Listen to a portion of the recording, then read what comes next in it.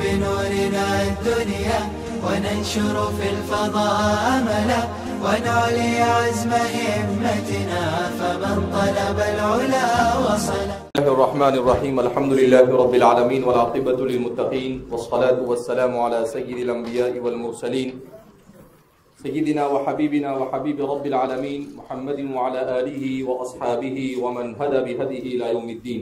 باب اذا التقى المسلمان بسيفيهما، جب دو مسلمان آپ ایک دوسرے کے ساتھ ہتھیار کے لے کر آمنے سامنے ہو جائے. وبه قال حدثنا عبد الله بن عبد الوهاب قال حدثنا حماد عن رجل لم يسمه عن الحسن قال خرجت بصلاح ليالي الفتن فاستقبلني أبو بكرة فقال أين تريد؟ قلت أريد نصرة ابن عم رسول الله صلى الله عليه وسلم. قال رسول الله صلى الله عليه وسلم إذا تواجه المسلمان بسيفيهما فكلاهما من أهل النار. قيل هذا القاتل فما بال المقتول؟ قال إنه قد أراد قتل صاحبه. قال حماد بن زيد فذكرت هذا الحديث لأيوب ويونس بن عبيد وأنا أريد أن يحدثاني به فقال إنما روى هذا الحسن عن الأحنف بن قيس عن أبي بكرة رضي الله عنه وعنهم أجمعين. حدثنا سليمان بن حرب قال حدثنا حماد بهذا. وقال مؤمل حدثنا حماد بن زيد قال حدثنا أيوب ويونس وهشام ومعل بن زياد عن الحسن عن الأحنف عن أبي بكرة عن النبي صلى الله عليه وسلم. ورواه معمر عن أيوب ورواه بكار بن عبد العزيز عن أبيه عن أبي بكرة. ڈھیر ساری سند جمع کر دی امام صاحب نے. فرماتے ہیں باب اذا التقى المسلمان بسيفيهما، کہ دو مسلمان تلوار لے کر ایک دوسرے کے آمنے سامنے ہو جائے. امام بخاری روایت کرتے ہیں عبداللہ ابن عبد الوہاب سے، وہ روایت کرتے ہیں حماد سے، وہ روایت کرتے ہیں عن رجل لم يسمه. اصل میں اتنی ساری جو امام صاحب کو سند بیان کرنی پڑی اس کی وجہ یہی ہے، عن رجل لم يسمه، ایسے آدمی سے جس کا نام نہیں بیان کیا. اس کا نام کیوں نہیں بیان کیا؟ حضرات شرح فرماتے ہیں کہ اصل میں یہ جو شخص ہے جس کا نام انہوں نے حدثنا حماد کہا اور حماد نے اس کا نام نہیں بیان کیا، کہا وہ آدمی ہے عمرو بن عبید کا. حماد نے اس کا نام لینے سے اس لیے اجتناب کیا کہ کان شیخ المعتزلتی، کہ یہ معتزلہ کا امام تھا. تو اس کے بدعتی ہونے کی وجہ سے، فرقہ باطلہ کا سرخیل ہونے کی وجہ سے اس کے نام کے ذکر کرنے کو بھی حماد نے مناسب نہیں سمجھا. وَكَانَ سَيِّئَ الضَّبْطِ، کہا کہ وہ سیء الضبط تھا، یعنی اس کا حافظہ بھی کوئی اتنا مضبوط نہیں تھا. بعض حضرات نے کہا کہ یہ ہشام ابن حسان ابو عبداللہ القردوسی ہے، لیکن زیادہ رجحان اس بات کی طرف ہے کہ وہ عمرو بن عبید ہے. اگرچہ صاحب عمدۃ القاری اور علامہ کرمانی رحمۃ اللہ علیہ نے یہ دوسرا احتمال بھی بیان کیا ہے، لیکن حافظ صاحب کا رجحان یہ اس جانب ہے کہ عمرو بن عبید ہی ہے. عن الحسن، حسن سے مراد حسن بصری، حضرت حسن بصری. قال خرجت بسلاح لیالی الفتنة، کہا کہ فتنے کے زمانے میں یا تو جنگ جبل کا زمانہ تھا یا جنگ صفین کا زمانہ تھا، دو میں سے کوئی ایک موقع تھا، میں تلوار لے کر ہتھیار لے کر نکلا. فاستقبلنی ابو بکرہ، تو مجھے حضرت ابو بکرہ نفیع ابن الحارث رضی اللہ تعالیٰ عنہ مل گئے راستے میں. میں نے ان کا استقبال کیا کا مطلب کیا ہے؟ انہوں نے میرا استقبال کیا کا مطلب راستے میں مدبھیڑ ہو گئی، راستے میں وہ مل گئے. قال این ترید، تو انہوں نے کہا کہ کیا بات ہے، ہتھیار لے کے کدھر، کہاں کا ارادہ ہے آپ کا؟ قلت، حضرت حسن بصری فرماتے اريد نصرة ابن عم رسول اللہ صلی اللہ علیہ وسلم، میں رسول اللہ صلی اللہ علیہ وسلم کے چچا زاد بھائی حضرت علی کی نصرت اور مدد کرنا چاہتا ہوں، یعنی ان کی طرف سے میں لڑنا چاہتا ہوں. حضرت حسن بصری نے کہا. قال، تو حضرت ابو بکرہ نے کہا رسول اللہ صلی اللہ علیہ وسلم نے ارشاد فرمایا اذا تواجه المسلمان بسيفيهما، کہ جب دو مسلمان ایک دوسرے کے آمنے سامنے ہو اپنی تلواروں کے ساتھ، فَكِلَاهُمَا مِنْ أَهْلِ النَّارِ، تو وہ دونوں کے دونوں اہل جہنم میں سے ہیں۔ بعض روایت میں ہے کلاہما فی النار، اور بعض روایت میں ہے، بعض نسخوں میں، روایت میں نہیں بعض نسخوں میں ہے من اہل النار۔ تو فرماتے ہیں کہ حضرت ابو بکرہ نے کہا کہ بھائی ہتھیار لے کر مسلمان کا ایک دوسرے کے آمنے سامنے ہونا یہ صحیح نہیں۔ حضور نے فرمایا کہ اگر اس طرح سے ایک دوسرے کے آمنے سامنے ہوئے تو دونوں کے دونوں جہنم میں ہوں گے۔ اب سوال پیدا ہوتا ہے کہ حضرت ابو بکرہ نے ایسا کیوں کیا؟ کیا حضرت علی کو اور حضرت امیر معاویہ کو یہ سب نہیں سمجھتا تھا؟ تو فرماتے ہیں کلاہما کانا مجتہدین، دونوں مجتہد تھے۔ حضرت علی نے، ایسا نہیں کہ ان کو یہ روایت معلوم نہیں تھی، حضرت علی نے جو حضرت امیر معاویہ کے ساتھ مشاجرات ہوئے تو ان مشاجرات میں بالعمد جان بوجھ کر ایک دوسرے کو قتل کرنے کا یا مسلمان کو مارنے کا ارادہ ہرگز نہیں کیا۔ ابرہم قلوبا۔ تو پھر سوال پیدا ہو کہ جنگیں ہوئی، لوگ مارے گئے دونوں جانب سے، اس کا کیا؟ تو یہ دونوں سے اجتہاد تھا۔ اب آپ کہیں کہ یہ ایسا کیسا اجتہاد؟ تو چھوٹی چیز میں تھوڑی اجتہاد ہوتا ہے، بڑی چیز میں اجتہاد ہوتا ہے۔ کھانے میں اجتہاد ہوتا، کھانے کا نہیں کھانے کا چھوڑ چلے جانے کا۔ اب کیا میں ایسے کر کے بڑے بڑے کہ اجتہاد کر رہا ہوں، اس کو کیسے کھانے کا، کدھر سے کھانے کا، ٹھنڈا کھانے کا، گرم کھانے کا۔ تو میرے جیسا کوئی سر پھرا ہوگا تو سر لے کر اس کے اندر میں کیا کر دے گا، لے کر اجتہاد۔ تو اجتہاد تو بڑی چیز میں ہوتا ہے نا، اجتہاد تھوڑی چیز میں، چھوٹی چیز میں اجتہاد ہوتا نہیں ہے۔ تو حضرت امیر معاویہ بھی کان مجتہدا و علی بن ابی طالب مجتہدا، دونوں مجتہد۔ حضرت علی اپنے آپ کو حق پر سمجھ رہے تھے اور حضرت امیر معاویہ اپنے آپ کو حق پر سمجھ رہے تھے۔ اب رہ گیا مسئلہ ان کے ساتھ شریک ہونے والوں کا۔ تو ان کے ساتھ شریک ہونے والے یہ دو طرح کے، ایک تو وہ جس کو کچھ سمجھ میں نہیں آ رہا ہے، ایسے ہی ساتھ میں ہو گئے، کچھ اتا پتا نہیں، ایسے ہی ہو گیا ساتھ، وہ بھی غلطی پر ہے۔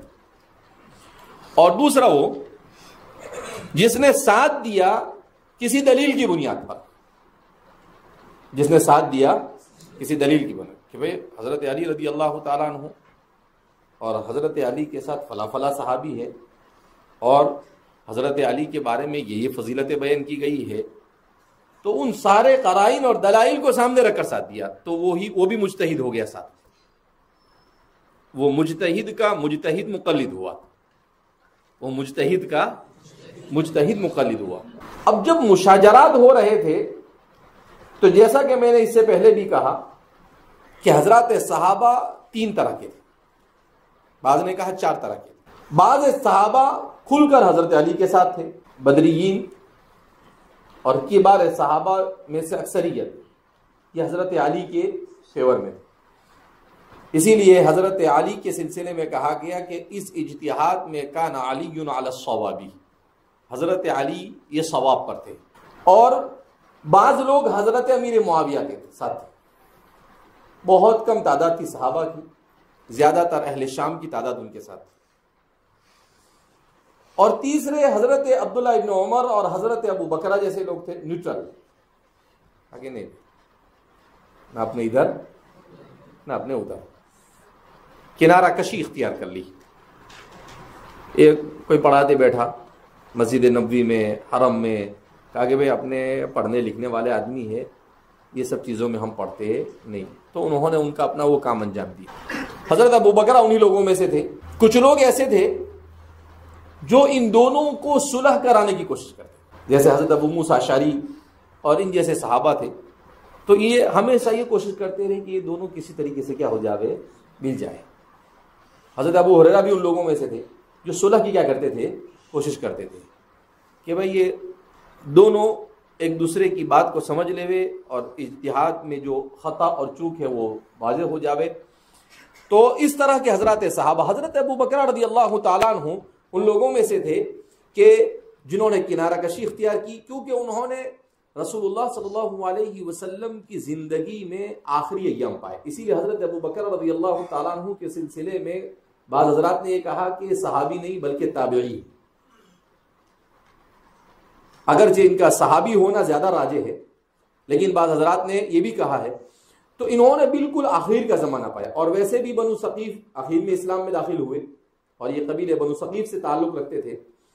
تو اس زمانے میں، جس زمانے میں رسول اللہ صلی اللہ علیہ وسلم نے فتن سے متعلق چیزوں کو کثرت سے بیان کیا، آپ صلی اللہ علیہ وسلم، تو اس زمانے میں رسول اللہ صلی اللہ علیہ وسلم کی صحبت بابرکت آپ نے حاصل کی. تو جیسی چیزیں سنی ویسا آپ کا ذہن بنا. تو آپ نے ان سے کہا قلت اريد نصرة ابن عم رسول قال رسول الله صلی اللہ علیہ وسلم اذا تواجه المسلمان بسيفيهما فكلاهما من اهل النار. حضور نے فرمایا ہے کہ اگر دو آمنے سامنے ہو جائے تو دونوں جہنم میں. تو سوال پیدا ہوتا ہے کہ کیا حضرت امیر معاویہ اور حضرت علی رضی اللہ تعالیٰ عنہ علیاذ باللہ یہ دونوں اور ان دونوں کی طرف سے لڑنے والے یہ اہل النار ہے؟ تو کہیں گے کہ نہیں. کیوں نہیں؟ اس لیے کہ جو اختلاف تھا وہ اختلاف دینی اختلاف تھا، کوئی دنیاوی اختلاف نہیں تھا ان کا. حضرت علی رضی اللہ تعالیٰ عنہ فتنے کو دبانے کی کوشش کر رہے تھے، اور حضرت امیر معاویہ رضی اللہ تعالیٰ عنہ حضرت عثمان ابن عفان کے قصاص کو ہر حال میں لینے کی کوشش کر رہے تھے. تو دونوں دینی اعتبار سے کیا ہے؟ صحیح تھے. لہذا اس بنا پر ان دونوں کے سلسلے میں ہم یہ جسارت ہرگز نہیں کر سکتے کہ ہم یہ کہیں کہ اس حدیث کا مصداق وہ لوگ ہیں. وہ لوگ مصداق ہوں گے جو دنیاوی معاملے کی وجہ سے لڑنے کی ضرورت نہیں ہے، دینی معاملے میں بھی وہاں پر لڑے. تو ایسے لوگ یہاں پر شامل ہے کہ ایک دوسرے کے ساتھ ہتھیار لے کر کیا ہو جاوے؟ آمنے سامنے ہو جاوے، جن کی غرض دنیا ہو یا جن کی غرض دین ہو، مگر دین ہونے کے باوجود بھی اس کی بنیاد صحیح نہ ہو. یہاں بنیاد صحیح تھی ان لوگوں کی. لہذا اس بنا پر یہ لوگ بھی اور ان کے ساتھ یہ کرنے والے، اسی لیے اللہ کے رسول صلی اللہ علیہ وسلم ارشاد فرماتے ہیں کہ بعض مرتبہ اللہ رب العزت مسکراتے. کیوں مسکراتے ہیں؟ اس لیے مسکراتے ہیں کہ اللہ دیکھتے ہیں کہ قاتل اور مقتول دونوں جنت میں جائیں گے. قاتل اور مقتول کا اس کی دو صورتیں، ایک تو یہ کہ کسی کافر نے مسلمان کو قتل کیا مگر اللہ کے علم کے مطابق اس کے مقدر میں اسلام لکھا تھا، وہ بعد میں اسلام میں داخل ہوتا ہے، تو وہ مقتول تو جنت میں گیا شہید ہو کر، یہ اسلام میں داخل ہوا وَالْكَلِمَةُ تَهْدِمُ مَا كَانَ قَبْلَهُ، تو یہ بھی جنت میں کیا ہو جاتا ہے؟ داخل ہو جاتا ہے. کیوں؟ کہ اللہ رب العزت حساب کتاب کے اندر میں اندھی چندی نہیں کرنے والے. اسی لیے ایک دیہاتی سے کسی نے پوچھا کہ بھائی قیامت کی حساب کی تیاری ویاری کرتے ہو کہ نہیں؟ کہا کیوں؟ کہا تیاری تو ٹھیک ہے کر رہے ہیں. کہا تیاری کر رہا ہوں لیکن میرے سوال کا جواب دو، حساب کون لینے والا ہے؟ تو کہتے ہیں کہ حساب تو اللہ لینے والا ہے. کہا بس تو جب اللہ لینے والا ہے تو انشاءاللہ جنت ہی کی امید ہے، جہنم کی امید نہیں ہے. کیوں؟ کہ وہ 70 ماؤں زیادہ رحم کرنے والا ہے. تو انا عند ظن عبدی بھی، ہمیشہ اللہ سے انسان کو اچھا گمان رکھنا چاہیے. ایسا نہیں سوچے کہ یار اپنے تو گنہگار ہے، اپنے کون سے اتنے بھاری 30 مار کھاں ہے کہ اپنے کو جنت ملے گی. اللہ رب العزت کی رحمت سے کوئی چیز بعید نہیں ہے. لہذا آدمی کو ہمیشہ اللہ کے ساتھ حسن ظن باقی رکھنا چاہیے. حسن ظن، بہت سارے انسان صرف حسن ظن کی بنیاد پر جنت میں چلے جائیں، ان کے پاس عمل نہیں ہوگا. بہت سارے لوگ صرف اچھی نیتوں کی بنیاد پر جنت میں چلے جائیں گے، اور بہت سارے لوگ سب کچھ کرنے کے باوجود بھی نیت اچھی نہ ہونے کی وجہ سے جنت سے محروم ہو جائیں گے. تو یہ بڑی کٹھن منزل ہے، اتنی آسان منزل نہیں ہے. بہت پھونک پھونک کے قدم رکھنا پڑتا ہے. قیل ھذا القاتل فما بال المقتول، تو سوال کیا گیا کہ قاتل تو ہے، ٹھیک ہے وہ جہنم میں گیا، لیکن مقتول کیوں؟ قال انہ قد اراد قتل صاحبہ، کہ اس نے بھی تو اپنے ساتھی کو قتل کرنے کا ارادہ کیا تھا نا، انما الاعمال بالنیات، کہ اگر ٹھیک ہے وہ اس کے اوپر غالب آ گیا، اس نے مار دیا، لیکن اگر وہ غالب نہ آتا اور یہ غالب آتا تو یہ چھوڑنے والا تھا، یہ بھی تو مار دیتا۔ تو ارادہ قتل بھی قتل میں کیا ہے؟ شامل۔ ابھی پڑھا کر آیا میں اس میں سے کیا بولتے ہیں الاشباہ والنظائر، تو الاشباہ والنظائر کے اندر میں آیا کہ انسان کے دل میں جو ارادے ہوتے ہیں اس ارادے کے مراتب ہے، اس ارادے کے کیا ہے؟ مراتب ہے۔ ایک تو خاطر ہوتا ہے، کسی چیز کے کرنے کے سلسلے میں انسان کے دل میں اول لمحہ کسی کا چیز کا خیال آنا، بالکل آنا، صرف آیا کہ بھائی سونا ہے، کیا کرنا ہے؟ سونا ہے۔ اس کے بعد حدیث النفس، پہلا خاطر ہوا، اس کے بعد دوسرا مرتبہ حدیث النفس، پھر اس کے بعد انسان دل میں سونا یا نہیں سونا، فتن چل رہا ہے یار، تو وہ دل ہی دل میں اس کے اوپر تھوڑا سا اپنے دل سے بات کرنے لگے، بڑا نازک چل رہا ہے، تو یہ حدیث النفس ہوا۔ پھر اس کے بعد حاجز، اس کے بعد کیا ہوتا ہے؟ حاجز، کیا مطلب؟ دو میں سے کچھ تو کرنا، یعنی کرنے یا نہ کرنے کی طرف بڑھا، دو میں سے کچھ تو کرنا۔ پھر اس کے بعد چوتھا مرتبہ آتا ہے کس کا؟ وہم کا، نہیں سونچ، کیا کرنا ہے؟ سونچ۔ پھر تھوڑی دیر بعد سوچتا ہے کہ سوتے سوتے پکڑا گئے تو مسئلہ ہوگا، جان تو نہیں سونا، تو یہ عزم ہے، تو یہ کیا ہے؟ عزم ہے، یہ کیا ہے؟ عزم ہے۔ تو فرماتے ہیں کہ پہلے تین کا تو معفو عنہ، پہلے تین کیا ہے؟ چوتھا اور پانچواں، تو چوتھا بھی بعض حضرات نے کہا معفو عنہ، لیکن پانچواں جب عزم کرے تو اگر گناہ کا عزم کرے تو گناہ کے عزم کا گناہ ہوگا، عمل کا گناہ نہیں ہوگا، گناہ کے عزم کا گناہ ہوگا۔ اور اگر نیکی کا عزم کیا تو نیکی کے عزم کا نہیں، نیکی کا ثواب ملے گا۔ کس کا ثواب ملے گا؟ وہم کے سلسلے میں بیان کیا کہ وہم میں بھی اگر اس کو وہم آیا اور اس وہم کو اس نے جمایا نہیں، ختم کر دیا، تو اس کو اس گناہ کے وہم کو ختم کرنے کا ثواب ملے گا، اس گناہ کے وہم کو ختم کرنے کا ثواب ملے گا۔ اور نیکی کا وہم آیا اور اس نے کرنے کا ارادہ کیا مگر نہیں کر سکا، تب بھی اس کے بارے میں حسنہ لکھی جائے گی، اس کے بارے میں کیا لکھی جائے گی؟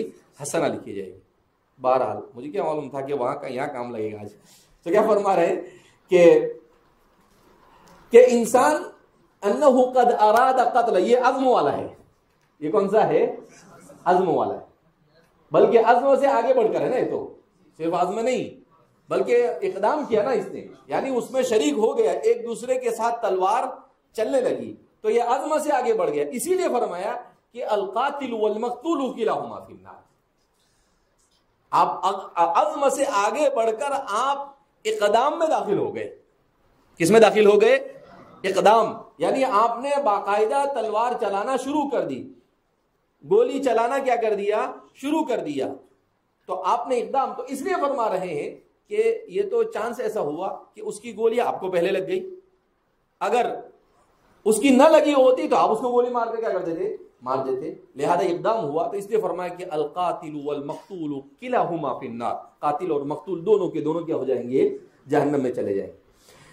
قال حماد بن زید فذكرت هذا الحديث لأيوب، فرماتے حماد بن زید کہ میں نے اس روایت کو سند مذکور کے ساتھ ایوب کے سامنے ذکر کیا، ایوب سختیانی کے سامنے ذکر کیا، ویونس بن عبید، اور یونس بن عبید ابن دینار القیسی البصری کے سامنے، وانا اريد ان يحدثاني به، اور میں نے یہ سوچا کہ میں میری سند کے ساتھ بیان کروں وہ دونوں بھی اپنی سند کے ساتھ کچھ بیان کریں. فقالا، تو ان دونوں نے کہا انما روى هذا الحسن عن الاحنف بن قیس عن ابی بکرہ، کہا کہ حسن نے روایت کیا ہے احنف ابن قیس سے، اور احنف ابن قیس نے ابو بکرہ سے روایت کیا. تو انہوں نے اپنی سند بھی بیان کر دیا. اس کو کہتے ہیں نا کہ آدمی تھوڑا سا کسی کو چھیڑتا ہے تاکہ کچھ بولے وہ. تو ہمارے محدثین بھی کیا کرتے تھے کہ ان سے نئی سند لے ہوئے، ذرا چھیڑ کے دیکھیں ان کو. تو کہا ان کے سامنے اس کو بیان کیا، تو انہوں نے بھی اپنی سند کے ساتھ جو دوسری سند تھی جس میں احنف ابن قیس بیچ میں آ رہے تھے ان کو، اس کو کیا بیان کیا. حدثنا سلیمان بن حرب قال حدثنا حماد بهذا. سلیمان ابن حرب، امام بخاری فرماتے ہیں کہ ہمیں بیان کیا سلیمان ابن حرب نے، اور کہا حدثنا حماد بهذا، کہ حماد نے بھی ہمیں اسی طریقے سے بیان کیا. حماد ابن زید نے ایوب سے اور یونس ابن عبید سے، یعنی سلیمان ابن حرب نے اس پوری سند کو، جیسے یہاں پر صرف واقعہ ذکر کیا، اس پوری سند کے ساتھ دوسری جگہ پر اپنی کتاب کے اندر میں کیا، اپنی سند کے اندر میں اسے ذکر کیا ہے. وقال مؤمل، اور مؤمل کہتے ہیں مؤمل ابن ہشام الیشکری، ابو ہشام البصری. حافظ ابن حجر فرماتے ہیں هو ابن اسماعیل ابو عبد الرحمن البصری. مکہ میں قیام کیا، امام بخاری نے آپ کو پایا، البتہ ملاقات نہیں ہوئی، آپ کا زمانہ پایا، ملاقات نہیں ہوئی، اس لیے کہ آپ کا انتقال سن ہجری 206 میں ہوا، اور یہ وہ زمانہ ہے جب امام بخاری ابھی وہاں سے اپنے شہر سے نکل کر باہر کہیں گئے نہیں تھے، لہذا یہ صدوق اور کثیر الخطا تھے. البتہ فرماتے ہیں وقال مؤمل حدثنا حماد بن زید، کہ ہمیں حماد بن زید نے بیان کیا، حدثنا ایوب و ہشام و معل بن زید، کہا صرف ایوب اور یونس جو اوپر گئے وہ جو نہیں، ہشام بھی اس کو کیا کرتے ہیں، ہشام ابن حسان بھی، وہ معل بن زیاد اور معلہ ابن زیاد القردوسی، وہ بھی عن الحسن، حسن سے، وہ احنف سے، اور وہ عن ابی بکرہ، اور وہ حضرت ابو بکرہ سے روایت کرتے ہیں، اور وہ نبی کریم صلی اللہ علیہ وسلم سے اسی روایت کو بیان کرتے ہیں. وَرَوَاهُ مَعْمَرٌ عَنْ أَيُّوبَ، اور معمر بھی ایوب سے اس کو اپنی سند کے ساتھ بیان کرتے ہیں. وَرَوَاهُ بَكَّارُ بْنُ عَبْدِ الْعَزِيزِ عَنْ أَبِيهِ عَنْ أَبِي بَكْرَةَ، اور بکار ابن عبد العزیز عن أبیہ، اپنے والد سے یعنی عبد العزیز سے، عبد العزیز ابن عبداللہ ابن ابی بکرہ، حضرت ابو بکرہ کے پوتے ہیں. یہ ایک ہی روایت پوری کتاب کے اندر میں ان سے مذکور ہے. وَرَوَاهُ بَكَّارُ بْنُ عَبْدِ الْعَزِيزِ عَنْ أَبِيهِ عَنْ أَبِي بَكْرَةَ. وَقَالَ غُنْدُرٌ يَغُنْدَرٌ حَدَّثَنَا شُعْبَةُ عَنْ مَنْصُورٍ عَنْ رِبْعِيٍّ عَنْ أَبِي بَكْرَةَ عَنِ النَّبِيِّ صلی اللہ علیہ وسلم وَلَمْ يَرْفَعْهُ سفیان عن منصور. تو یہ امام بخاری نے، میں نے کہا کہ وہ راوی نے صرف عن رجلین کہا، ولم یسمہ، اور ان کا نام ذکر کیا نہیں. تو امام بخاری کو یہ ڈھیر ساری چیزیں لا کے بیان کرنے کے بعد، بھیا ٹھیک ہے وہ معتزلہ تھا، انہوں نے نام نہیں بیان کیا، مگر یہ اتنے دوسرے بڑے بڑے راویوں نے اپنی سندوں کے ساتھ اسی روایت کو بیان کیا ہے، لہذا روایت کی صحت میں اور متن میں کسی قسم کا کوئی کلام نہیں. تو متن کو صحیح ثابت کرنے کے لیے، صرف عن رجلین کے وہم کو دور کرنے کے لیے، ڈھیر سارے محدثین سے اس روایت کی سند کو امام بخاری کیا کر رہے ہیں، یہاں پر بیان کر رہے ہیں کہ اس نے اس سے بیان کیا، اس نے اس سے بیان کیا، اس سے اس نے بیان کیا، مطلب یہ ہے کہ ثابت ہے.